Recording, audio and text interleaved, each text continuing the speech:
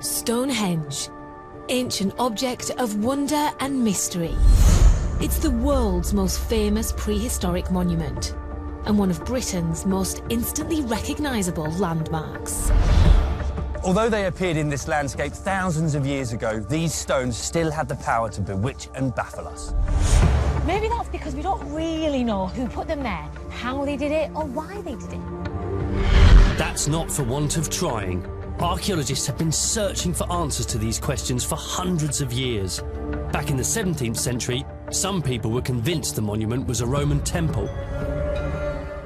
Fast forward 400 years and our understanding of Stonehenge has changed dramatically. We now know that it was in place long before the Roman Empire ever existed and that it dates back to the Neolithic period, the so-called New Stone Age. All right, let's pause the video at this juncture. I am Robert John Langdon, stepping in to offer some clarity as you engage in this content. It is important to recognise that many television programmes featuring highly polished presenters often convey information as if it was factual and verified. However, the reality is that much is merely theoretical or hypothetical and not always accurate. Over a period of time, the persistent questioning has revealed a lack of definitive answers. My aim here is to navigate you through these inquiries as they arise throughout the programme. Now, to address the point made by Alex regarding Stonehenge being Neolithic. This is not entirely accurate. In fact, Stonehenge is much older, belonging to the Mesolithic period. This assertion is backed by the discovery of actually five holes in the area that was once used as a car park. These holes, after being subjected to carbon dating, a process that took 12 years to initiate, were revealed to be significantly older than first thought. They date back to the Mesolithic era and not the Neolithic period of 3000 BC as commonly cited, but at a time roughly 5,000 years earlier. So let's delve further into this narrative. Jack, that's good and well, but why is it here? What is it meant to symbolise? These questions have continued to stump the world's leading experts. But there's another mystery the team at this dig are trying to crack. What was here before the stones arrived? And was it considered a sacred site even then? You're breaking new ground because we've never seen these types of features in this landscape. You have got yourself a huge challenge. We'll be with them every step of the way as they unearth the concealed clues and the ancient evidence.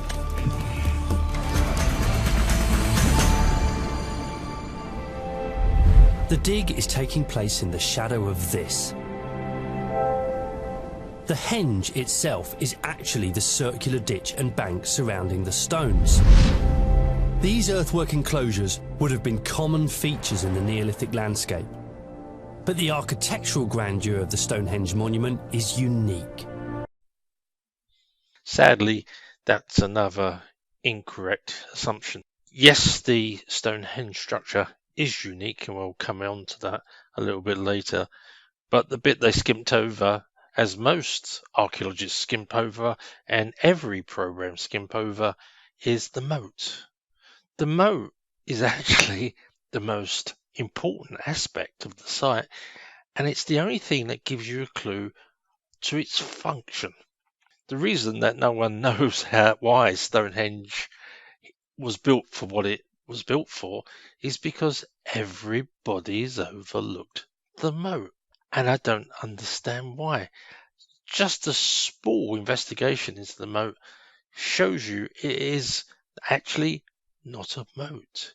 It is actually a series of small pits. Now, are we suggesting that the great architects of Stonehenge can't dig a ditch successfully? Or did they dig the moated area in a particular way for a good reason? Not only is the ditch pits a major mystery, but also what they've done with the soil. Stonehenge is called a henge because a henge has a ditch and a bank, and the bank comes from the soil from the ditch. Very simple. But Stonehenge doesn't have a bank. And to be honest, if it doesn't have a bank and it doesn't have a ditch, it shouldn't be called Stonehenge. It just shows you to what degree the archaeologists are confused. It's not a proper henge. The soil has been stretched on both sides very evenly. The ditch is not a ditch, it's a series of pits, and inside the pits there's a series of seats where you can sit on. Now, that is a revelation in itself, completely overlooked by archaeologists and obviously these TV documentaries. These small stones standing within the circle are a different type of rock. They're called bluestones. It's humbling to think that some genius architect conceived of all of this 4,500 years ago, and that it's still here for us to marvel at today. But not everyone has time to marvel. The archaeologists on site are getting down to business. Henry Chapman is one of the 35-strong team. On a warm but windy Salisbury Plain, Henry, what do you think it is that brings so many people year after year? I mean, we can see them queuing around the stones. What brings people here? Oh, it's just so much mystery, and that's what brings people here. So as an archaeologist, how special is it to dig here? It's such an exciting landscape to work in, and there's so much interest. It's just iconic, so it ticks all the boxes. There have been digs here for hundreds of years. Shouldn't you have found everything by now? Well, you'd think so. It's the most intensively studied landscape in the world for archaeologists, but they've only ever looked at the bits which are really obvious. Stonehenge isn't just about the stones, it's about the whole landscape. When you look at the earliest activity at Stonehenge and start relating that to what was already in this landscape, that's where we start making sense of it. Henry Chapman's absolutely right. Stonehenge can only be seen for what it is through the landscape. Now, this program is of an excellent production, but at no point has it shown you any LiDAR maps. Now, LiDAR is the greatest landscaping tool archaeologists have and never use. Why do they not use it? And why is it never shown in any detail on these TV programs? I will never know. It shows you, and the filming gives you some point of reference on the landscape to show that Stonehenge isn't at the top of a hill. Now, if it was some sort of astronomical observation point, which a lot of people believe, you would put it on top of a hill because you get a better view of the horizon. But it's not. It's actually halfway down a hill and by a dry river valley. There's a reason for that. But again, the program doesn't look at the landscape in proper detail, and therefore that's another key point of why Stonehenge is placed where it is placed is overlooked. So whatever fell into the ground here has probably got a good story to tell. Oh, yeah, absolutely. Let's find out more. Henry's set himself the mammoth task of uncovering the story of this entire landscape, with a few shovels and trowels. But then this is the 21st century, so there's a bit of high-tech weaponry involved too.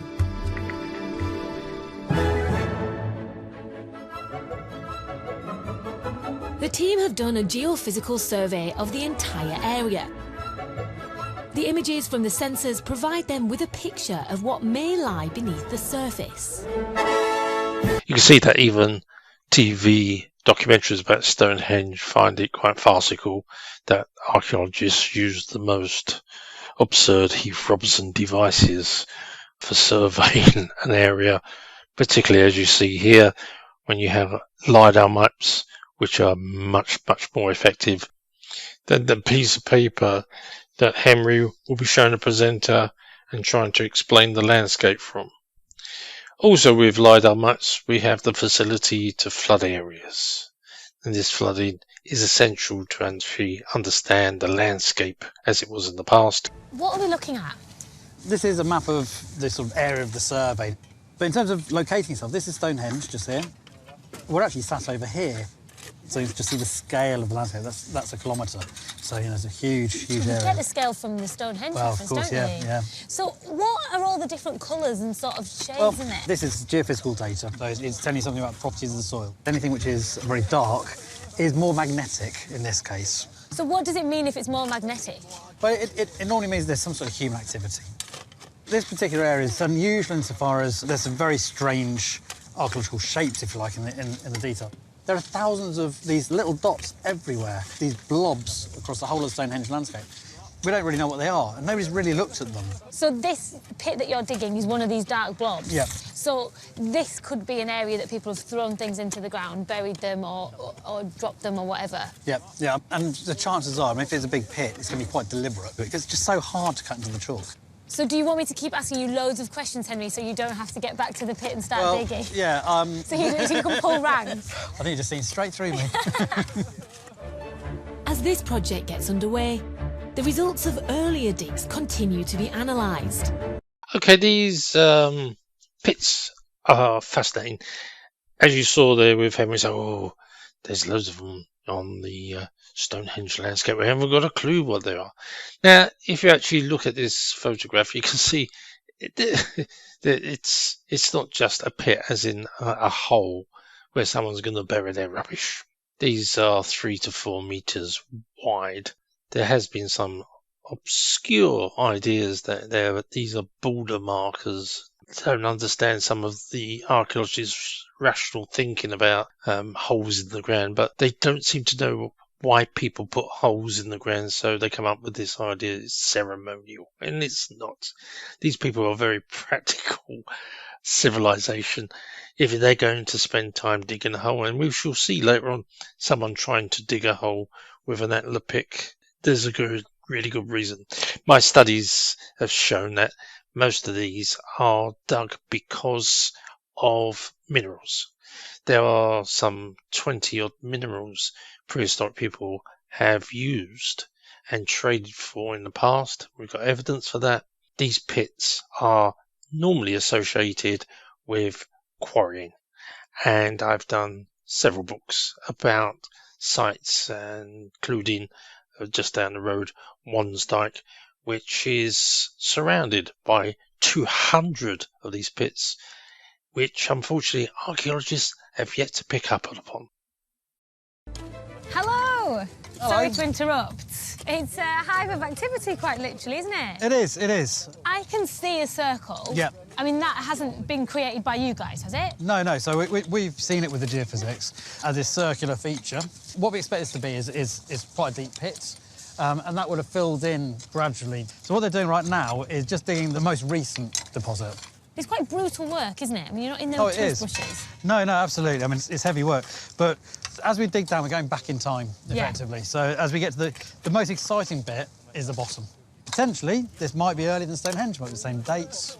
Yeah, we don't know yet until we get to the bottom and find out what's in there. I mean, the more we can add piece of evidence about the earlier landscape, the more we have the chance of actually understanding Stonehenge as it is.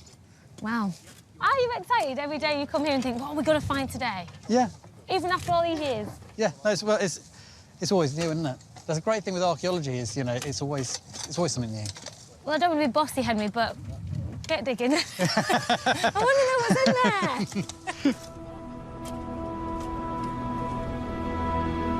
While many of this site's secrets are buried beneath us, the stones that stand above ground also have a story to tell.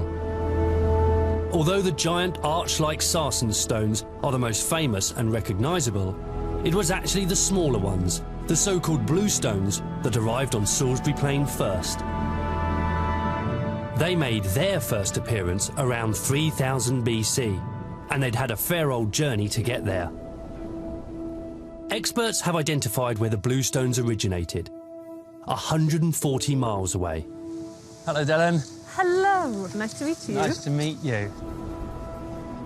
The source is in the beautiful, but sometimes wet and windy, Preseli Hills of West Wales. I can imagine it is a stunning landscape when you can see it. Yes, absolutely.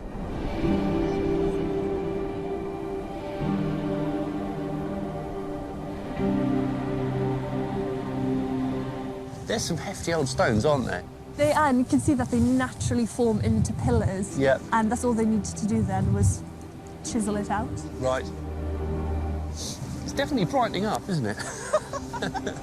The Bluestones were formed by ancient volcanoes. And if you're wondering how they got their name... Can I see that sort of blue hue here? Is that, Yes. is that what I'm seeing? Yes. Look at that. That's lovely.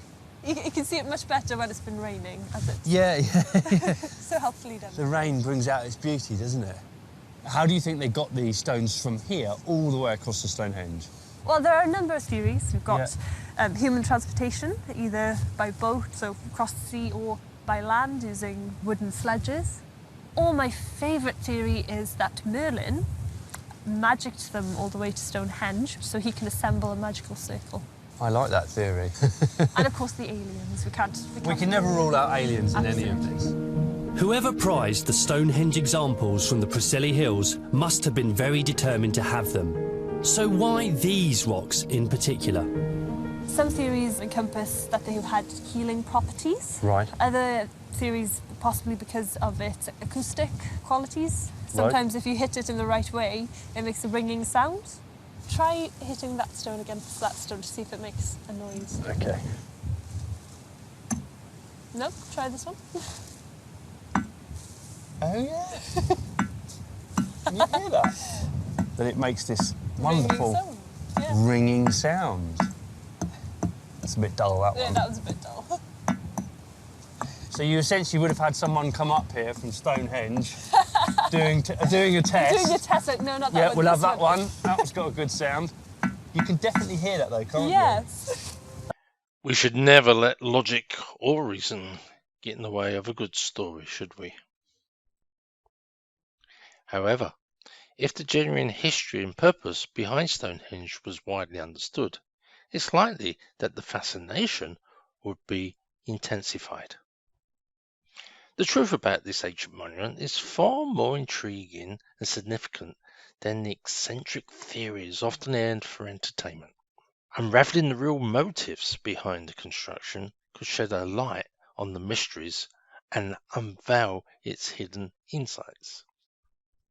The notion here of transporting stones 200 miles because they emit a resonant sound like a xylophone is very poetic, but it stretches beyond the bounds of scientific comprehension. Such explanations, while captivating the imagination, often do more to obscure than illuminate true ingenuity and the purpose of Stonehenge's creators.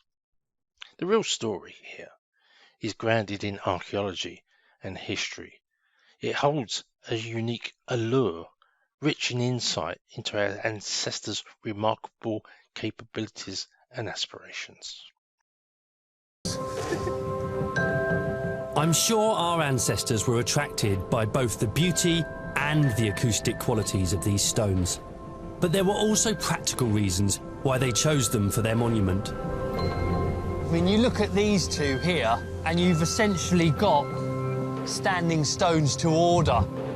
One here, one there. I mean, that one in particular, with its flat base, you can just imagine someone coming up here and saying, yep, I'll take it. It's exactly what I've been looking for. Once the stones had been chosen, they still had to get from here to their final destination. It's an easy enough trip using modern motorways, bridges and A roads, but between the stone's source and their eventual resting place is some challenging terrain. Just how this journey was accomplished in ancient times is one of the monument's greatest and most enduring mysteries. Hello! Hello. I got you a coffee. I thought you might need to warm up. Oh, my goodness, it's certainly a lot drier here. Right, so you have been where exactly? So I was up here on the Preseli Hills. And we are all the way over. Over here at Stonehenge, a full 140 miles away. That is a long way by anybody's standards. Yeah. How on earth did they get those stones all the way here? One theory is, in fact, that it wasn't actually people that moved them, that in the last ice age, the glaciers picked up the stones here and they took them all the way down to this part of the world, and then when they melted and retreated, they left these stones lying around on the landscape. I'm no geologist, but I feel like there's a lot of problems with that theory. Yeah, it's problematic, not least because why have we got so few bluestones deposited? You know, why aren't there more lying in the landscape? So what are the other options? Well, the other options are that they took them by land or by sea. Once you get a stone onto a boat, it's actually very easy to float it. So if you got in the water here, OK, you took it all the way round south of Cornwall, along the English Channel, you could then bring the stones up the River Avon, which is only a very short distance from this site here. So the other option is to go all the way over land. Is that a possibility? It's a possibility, but bear in mind they didn't have the M4 back then, OK? So you've got a very tricky landscape. Look at South Wales. I mean, it's famous for its valleys. You know, up and down, up and down. Now, we're not ruling it out. They would have used rollers, wheels, maybe even carried some of them. But this would have been an incredibly arduous journey. Which is your favourite theory? What about a wizard? Merlin. You know, I'm going with Merlin. I like that. No, I don't know. I like water. I like water as a theory because once you get the stones on the boats, actually you can move them very easily. Unless taking it over that ground, which would be hard work, is seen as a bit of a pilgrimage, like you've worked hard, it's a bit of a sacrifice. Absolutely, absolutely. It's not just the fact that they're there, but it's the journey. It's a statement, yeah. I like that. Indeed, it is a statement that you are completely bonkers. When examining the origins of the bluestones at Stonehenge, one discovers a consistent pattern. The quarries from which these stones were sourced are all situated near water or within ancient river channels now dry, but once was full of flowing water. This detail underscores a critical aspect of prehistory logistics and engineering that is often overlooked. In the past, river levels were significantly higher, facilitating direct waterborne transport to Stonehenge, contrary to the narrative suggesting coastal routes as depicted in this documentary. This insight not only challenges the prevailing theories, but highlights the ingenuity of the ancient people in utilizing their environment for monumental constructions. The reliance on waterways for transportation reflects the sophistication and understanding of the geography and hydrology, far from the notion of laborious overland journeys around coastlines. Such a perspective brings us closer to appreciating the true complexity and significance of Stonehenge, revealing the deep knowledge and skills possessed by our ancestors. Over at the dig, the team are concentrating on the 11 sites of possible ancient activity, highlighted by their geophysical survey. This pit is one of them. And project leader Paul Garwood has made an exciting find. There's now a reasonable assemblage of what appears to be earlier Neolithic pottery. Some pottery? Yeah. Anything we can have a look at? There is a fragment. It looks fairly ugly. It is very ugly. Probably a fairly large bowl. This sort of size, about 30 centimetres across. It would have been round base with this very simple inverted rims. And it looks early Neolithic to me. Now that's potentially significant. The British Neolithic era began around 6,000 years ago. So if this pottery is early Neolithic, both it and the pit it's buried in may well have been here longer than the stones. Is it possible to say at this stage what the pit was for? Archaeologists will argue endlessly about the purpose of pits. It seems to serve no obvious purpose from a kind of daily life perspective. The pit of this size, with some amount of effort that's gone into it, we are looking at something that perhaps was some kind of focus for ceremonial kinds of activity. It's a common trope in archaeology and documentary storytelling when confronted with an enigmatic structure or excavation which the purpose isn't immediately clear. The explanation often defaults to ceremonial or ritualistic uses. While it's true that many ancient activities were deeply rooted in ritual, this catch-all explanation can sometimes feel like a placeholder for a modern nuanced understanding yet to be achieved. Archaeologists should acknowledge they don't understand this critical step in the journey of discovery. It would be a much more honest approach rather than pretending they know what's going on in the landscape. The reality is these pits, as already recognised within the documentary, are unknown. Until archaeology discovers why these pits are cut, then everything else is pure speculation, and therefore their conclusions about our history is untrue. I would urge that the major fund holders who fund the archaeological sites actually prioritise pit excavations. Now, it's not very glamorous, and they don't get much return for their money, but it will actually tell us a little bit more about our history. My work has actually uncovered the reason they've dug the pits, and it's for minerals.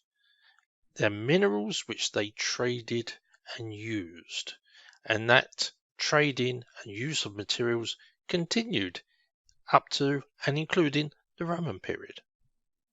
So it's not a million miles away to understand why they dug these 4-metre pits, as if it was ceremonial, a 1-metre pit would do, because it's just a subjective idea and concept. If you're digging a 4-metre pit, as we will see later in this documentary, there's a very, very good reason for it. Where people are gathering together. Exciting times! Yeah, absolutely. Large-scale gatherings, ceremonial activities. It does support the idea that people considered this landscape sacred before deciding to build a monument on it. We know the Bluestones were brought onto the site first, but back then, their arrangement was very different. Today, the Bluestones stand in the centre of the monument within the ring of sarsen stones, but it wasn't originally designed like that. When they arrived here in around 3000 BC, it is thought that they stood in a ring inside this earthen bank. Their foundation pits, all 56 of them, were filled in thousands of years ago. And what archaeologists are finding buried in these pits is transforming our understanding of the origins of Stonehenge. Okay, we now have some good information about Bluestones and the number 56. Sadly, they've not been exploring the significance of that number or the reasons there are only a few of the 56 Bluestones that still exist.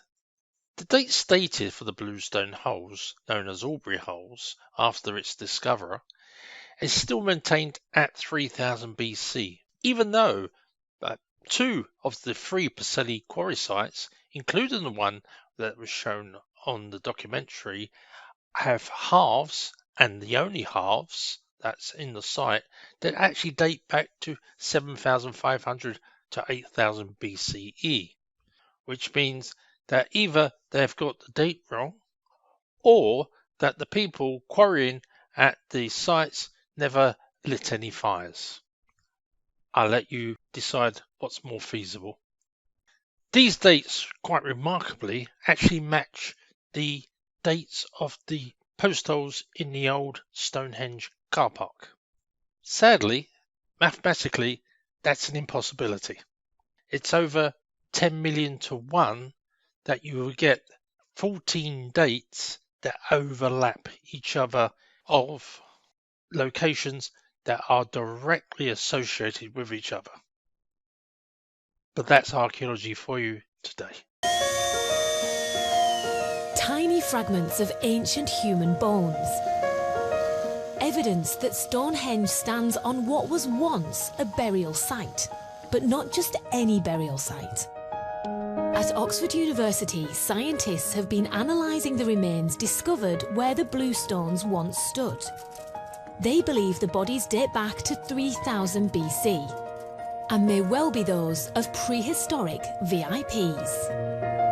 There's about 50 individuals buried there, we know originally, maybe a few more than that even. But this is over a period of a few centuries, so somebody is being selected. And given the sort of prominence of the site and the amount of work that it took to move the stones around, this is probably for important leaders or families of particularly important individuals. What does all this tell us about Stonehenge?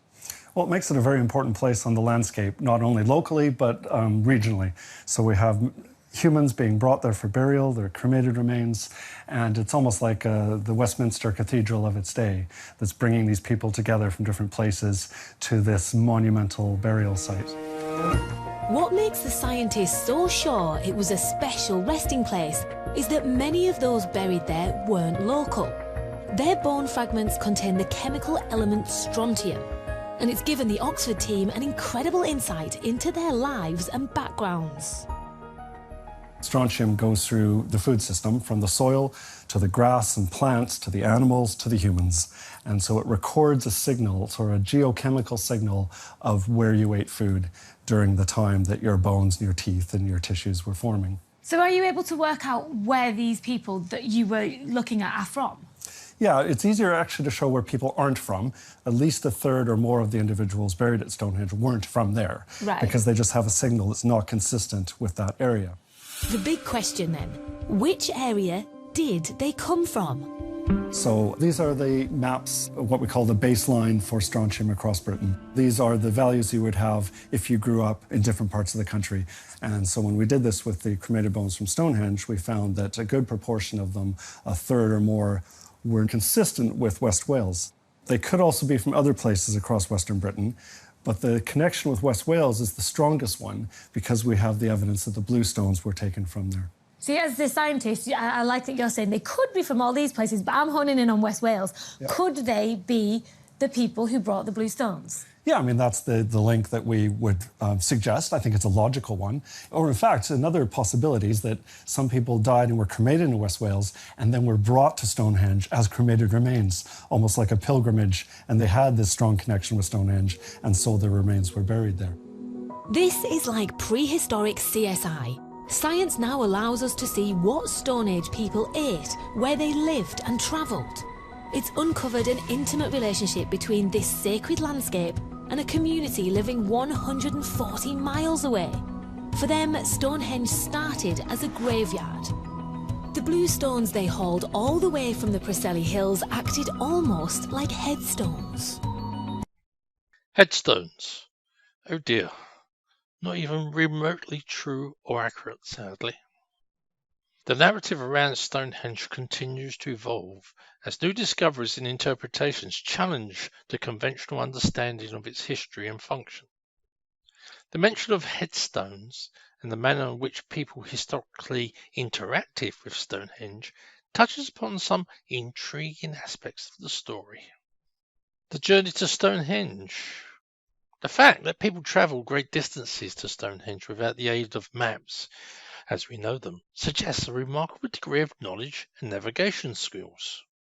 The connection with West Wales and the Bluestones underscores a long-standing and intricate relationship between the quarry sites and Stonehenge. The common dating of these locations indicate a tradition of quarrying and transportation of these stones that expanded many thousands of years and many generations. The evidence of this is seen through what's known as the Stonehenge layer, which is not mentioned within this documentary. The Stonehenge layer is many hundreds of pieces of stone that are found just below the surface of the topsoil. The reason behind these practices becomes speculative and may be tied to beliefs about the stone's spiritual ceremonial significance. But it's not, because we actually know why they broke up the Bluestones, and that's because of the moats that surrounded Stonehenge, and this gives us the reason why they're pits and not a ditch. When we look at the number of Bluestones in the Stonehenge layer, the sarsen stones, the bigger stones, should outnumber the Bluestones about 50 to 1. In fact, it's the other way around. There's much more Bluestones in the soil and have been scattered and discarded than sarsen stones. This suggests that the remedy of illness was the main point of the Bluestones, and the use with the Bluestones with water is an essential part of the cure. The Welsh connection is undeniable, but we can only ever really speculate on exactly what the relationship was between Salisbury Plain and West Wales. However, it is reasonable to assume that if those people thought that this landscape was sacred, that others did too. Coming up, just how far did Stonehenge's appeal stretch? And what tools did Neolithic Britons use to construct their majestic monument? That's a red deer antler. That must excite you a little bit to think that somebody thousands of years ago has held that.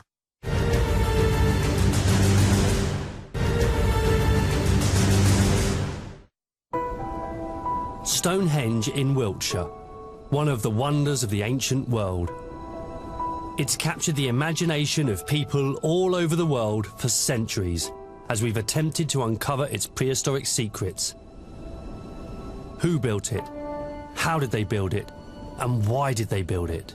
What we do know is that this site meant a great deal to some people, especially a group from the west of Britain around 5,000 years ago.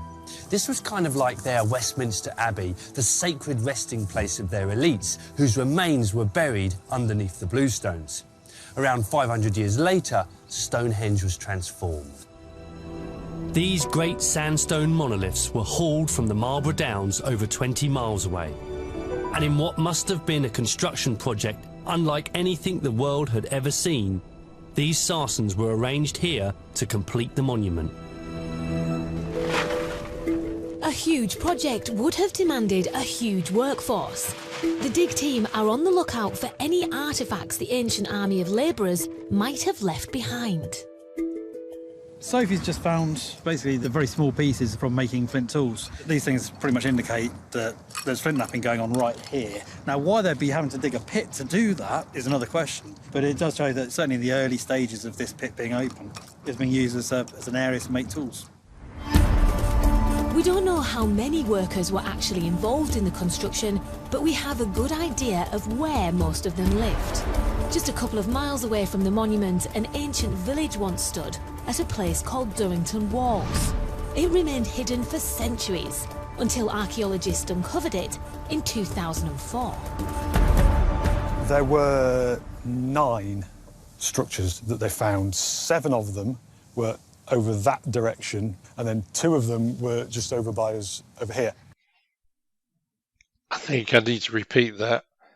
They have found 2 sets of round post holes in the ground, which they take are houses. There are many explanations for round post holes in the ground. Possibly a house, but it can be other things. The interesting aspect is that one would imagine if this was a village or settlement, with all the geophys they've done, with all the searching they've done over the last 20 years, they've only found 2 houses. But what's the conclusion? How likely is it that the people who settled here were working on Stonehenge? I think it's very likely. The chronologies overlap, as near as we can tell exactly, with the dates for the construction of the big stones at Stonehenge. So that's a lot of people doing a lot of hard work for a long time. All of that huge effort is happening, as far as we can tell, at the time that the buildings are here. It's weird knowing that you're walking on a village that's some 4,500 years old. Thanks to what's been discovered underground, we can now get an idea of how its people lived. What sorts of things have been unearthed? Oh, we've got animal bones, pots, stone tools, all manner of things. A real treasure trove. Absolutely. So, what is this? This is the leg of a pig. The full leg? Yeah. So that would have been a joint of meat. And how many pig bones were found here? Enough to suggest that they had, plenty of food? Oh, Lord, yeah, thousands, yeah. People were eating a lot of pigs. Sometimes they're found in a position which is anatomically correct, which means that they were still held together by sinew or tendons. Some of them could even be whole joints of meat. They can afford to waste, if you like, but they're not skimping. Wow. on their diets. Let your imagination run wild. What would it have been like living here? I see a lot of people, big fires burning, they're having festivals. It's kind of the glue that sticks their society together. The term henge traditionally describes a prehistoric monument consisting of a circular area enclosed by a bank and internal ditch. However, the application of this term has been broadened and misused in popular academic discourse, leading to the confusion about the nature of some sites. In this case, Durrington Walls and Woodhenge, their classification as a henge structure is technically incorrect, as they lack the definition characters of a bank and a ditch. This misclassification suggests the need for careful reconsideration of the archaeological terminology used to describe these complex sites and how they're used within documentaries. The use of LiDAR technology will reveal that the suspected banks around these sites are actually edges of a massive pit. This pit, carved out by the raised waters of the Mesolithic area, suggests that the area might have been a natural harbour rather than a site designed for permanent structures. This revelation would offer a compelling explanation for the uneven ground surface observed at Durrington Walls, which would be impractical for building traditional housing due to the risk of flooding from surface water. Crannogs are built on stilts to avoid water damage, implying that the habitation had to contend with wet conditions that access might be facilitated by boats. This scenario paints a picture of an environment where people who adapted ingeniously to their landscape, using it for practical purposes rather than ceremonial use. So the community gathered at Durrington Walls spent their days working hard and their nights playing hard, and they deserved their downtime.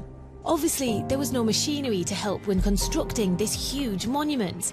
They worked with their bare hands and what now seem primitive tools.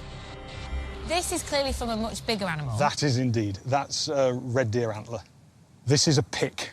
If you look at the pointy end, you can see that there's wear on that. That's been worn away by being used for digging, or it's for clobbering something in the head, as you please. That must excite you a little bit to think that somebody thousands of years ago has held that. Yeah, of course it does. Finding these things is incredible. You know, being the first person in 5,500 years to lay eyes on something like that, let alone pick it up, is an incredible privilege. It is, yeah. Do you ever chase your mates around and pretend to clobber them on the head? I couldn't say. Yes, you do. Well, as usual, I have to work for my privileges. So pass me an antler. Now, a lot of people tell me their archaeology passion starts by just digging a hole in the ground. Yeah, indeed. I'm going to dig with this, is that all right? Absolutely it is, yeah. Now, it's clearly not a Neolithic antler. No. But is this the kind of thing that could have been used? It's perhaps a little bit on the flimsy side for doing heavy digging work with. Is that a polite way of saying, no, it's rubbish? They would have used what they could get. But we get the gist. We get the idea, yes. What you're after is a thing with a point on it that you can use to lever up the chalk where it's naturally fractured. Right, I'm going to pick. It's not actually that easy, this, is it? It's not, no, it's not. Fair to say, I would not be getting a job on site. It's quite difficult. I mean, it's not impossible. You know, you're making a hole. I'm making a mess. It's a big investment of time and effort, Matt. But the fact this takes so long is proof that they wanted to do something. This is a great illustration of the futility of the idea that our ancestors built anything with antler picks. Yes, I know we find antler picks, but it doesn't necessarily mean they used them to dig big monuments. There may have been the kids that used to play with them. That's fine. We see that with our own children.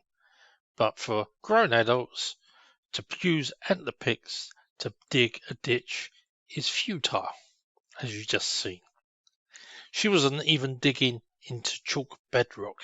It was a piece of loose soil even.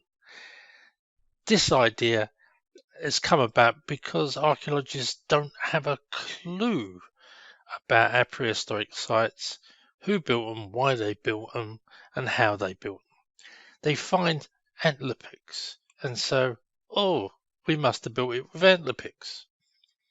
If you look at larger sites, such as Avebury, with its 36-foot deep pits, you would then expect, okay, if it's built with antler picks, you're going to have a lot of bits of antler left. Clearly, it's nearly 1 million tons of chalk to remove.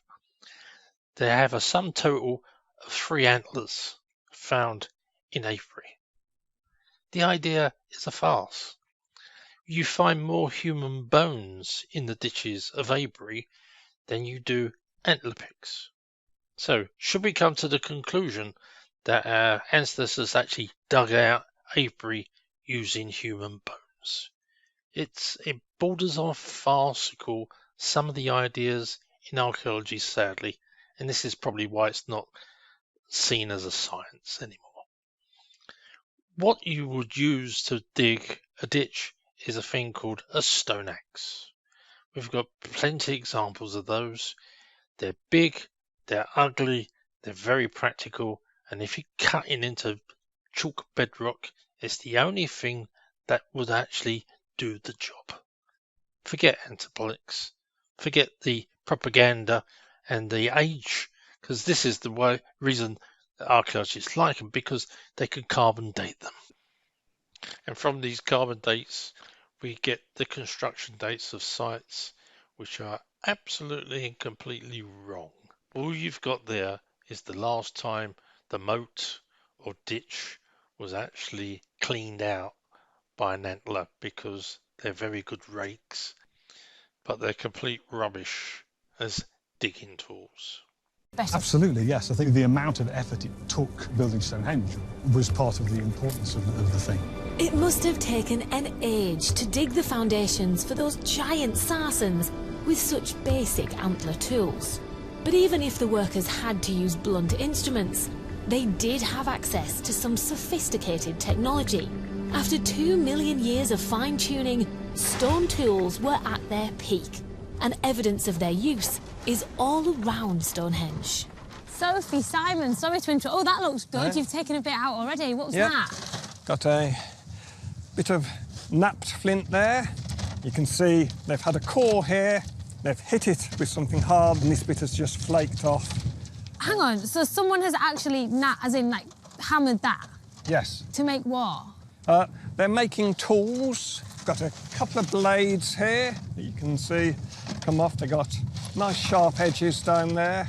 Could have used it for processing food, making clothes, making hunting weapons, anything like that. I love the way you're talking about this as if it's just a regular occurrence. You must be so used to it. But I can't get my head around that thousands of years ago, somebody was using that to make their food, to make their dinner, to make their clothes, and it survived. I'm going to leave that in your capable hands because I would probably break it. Sophie, Simon, I'm going to let you crack on.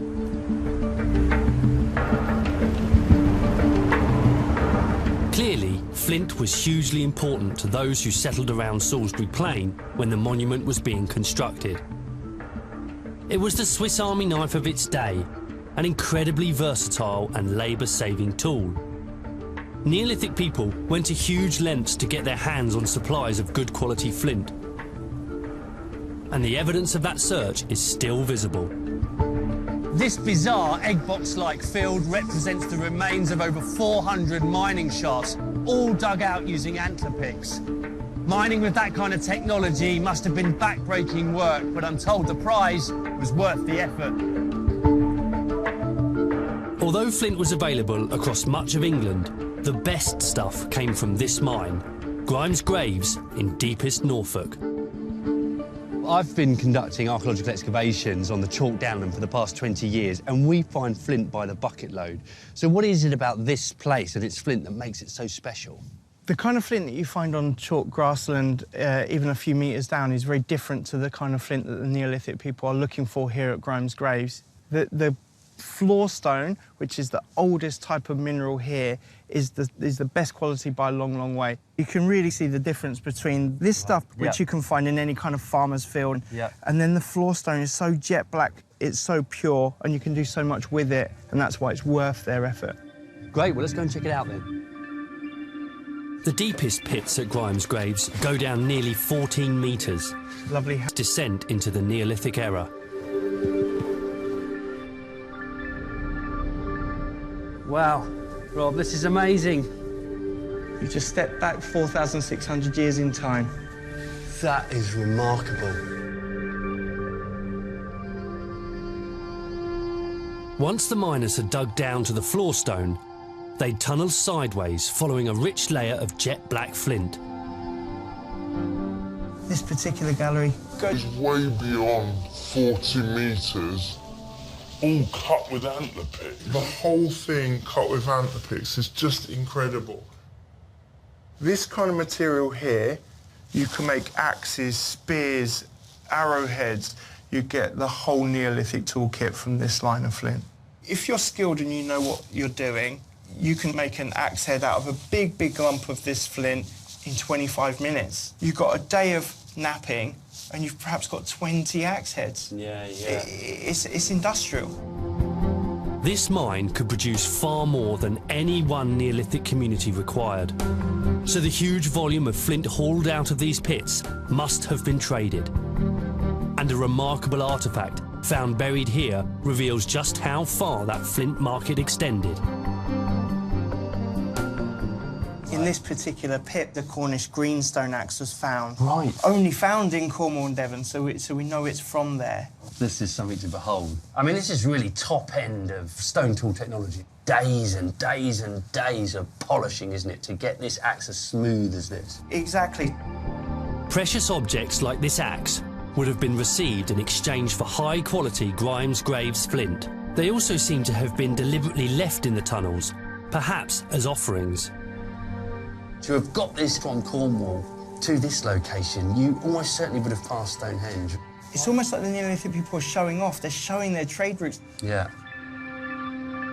This is about saying that these people are connected in with people across the British Isles. I don't think it's a coincidence that this mine was opening up at the same time that Stonehenge was being built. Something special was going on in Britain at this time, an interconnectedness, perhaps based on the exchange of objects, like this. A new culture was emerging in southern Britain, and Stonehenge, awesome, majestic, and unparalleled in the British landscape, was undoubtedly at the heart of it. As those trade and communication networks were being forged across the country, an even greater lifestyle shift was underway. This was the Neolithic, an era in which hunter-gatherers were switching to farming. The countryside around Stonehenge would have been prime agricultural land, but the ancient food waste that's been unearthed here came from all over Britain. More evidence that it attracted visitors from far and wide. People who knew how to enjoy themselves. We think there was a huge amount of feasting taking place around Stonehenge. We found an awful lot of pig bones. Where was this meat coming from? We can analyse the tooth enamel of those pigs, and we can't tell exactly, we can't give you a postcode, but the strontium isotopes in their teeth allows us to see what kind of geology they were living on. And we think that these animals were being walked 500 miles all the way from Scotland, from every corner of Britain, just to be eaten and feasted on in the Stonehenge area. That was blowing my mind, Penny. I mean, I've moved pigs from field to field, and that's difficult. 500 miles with a wagon, easy. 500 miles on foot. This party at Stonehenge must have been very, very important. Absolutely. The size and the scale of this, it just outnumbers anything that we've seen before. Arrowheads are a common find at ancient sites, along with prestige items like jewellery. They give a clue to a major cultural change that took hold around 4,500 years ago. Quite suddenly, instead of cremating their dear loved ones, people started burying them. They built chambers within which to house the body, placed in their grave goods that they believed they would take with them to the afterlife, and piled a mound of earth on top. The most revered of the dead were buried in the most sacred ritual landscapes, like here, in full sight of Stonehenge. These mounds near the monument are called barrows and have never been fully excavated. But just a few miles south, archaeologists did get a chance to study an incredible Bronze Age burial. What they found was this guy here, the Amesbury Archer, a discovery so important that they even erected a statue in his honour. The archer himself now lies in Salisbury Museum.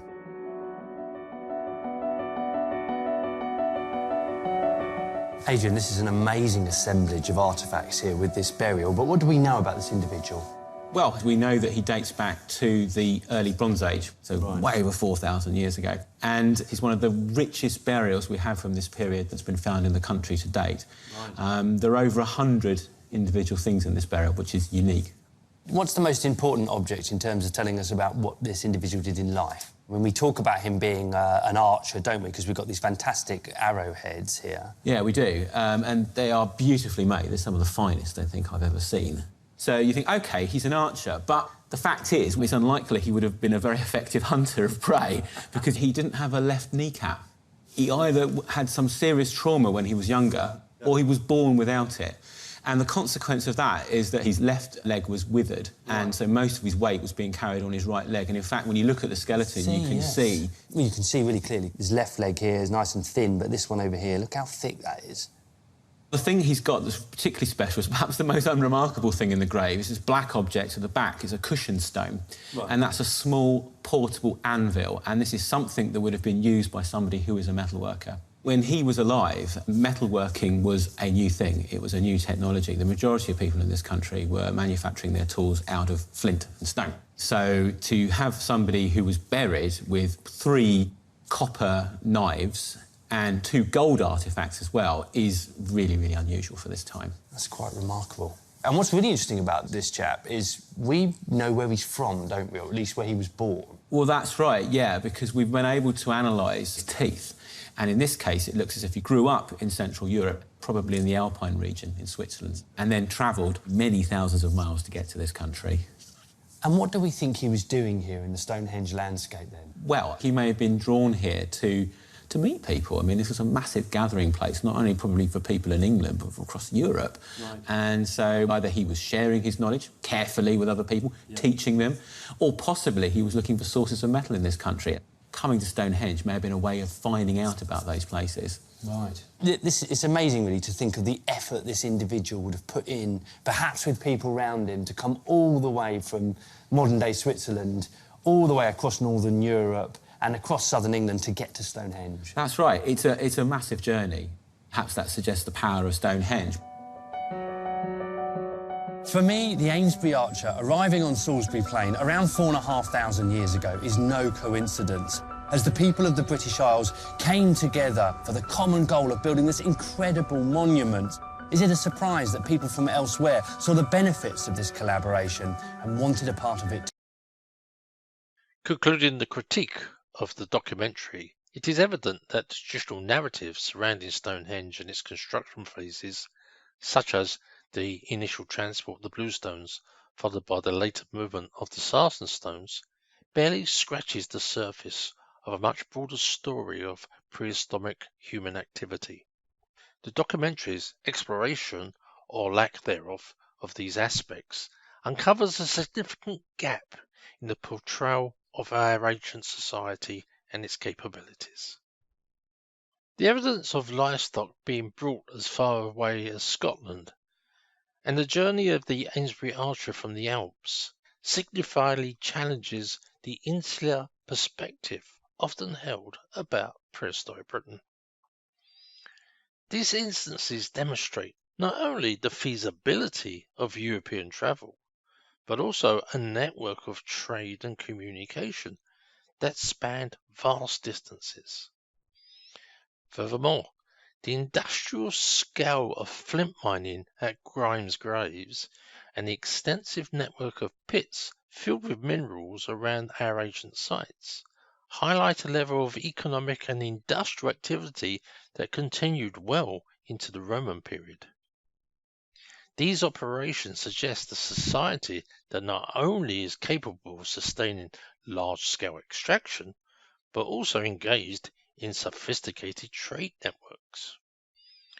At the heart of these revelations is the recognition of the boat as a pivotal technology.